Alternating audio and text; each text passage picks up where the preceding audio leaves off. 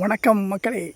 கும்பகோணம் அடுத்து உள்ள வலங்கைமான் வரதராஜன்பேட்டை ஸ்ரீ மகா மாரியம்மன் பங்குனி மாத திருவிழா நாளை நடைபெற இருக்கிறது.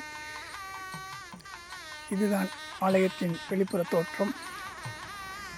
இங்கிருந்து தான் பாடைக்காவடிகள் புறப்பட இருக்கின்றன. இந்த அரசலாற்றில் அவர்கள் ஸ்நானத்தை முடித்து இது போன்ற பாடைக்காவடிகளை வேண்டுதலை நிறைவேற்ற பக்தர்கள் நாளை மிகவும் அதிக அளவில் கூடுவார்கள்.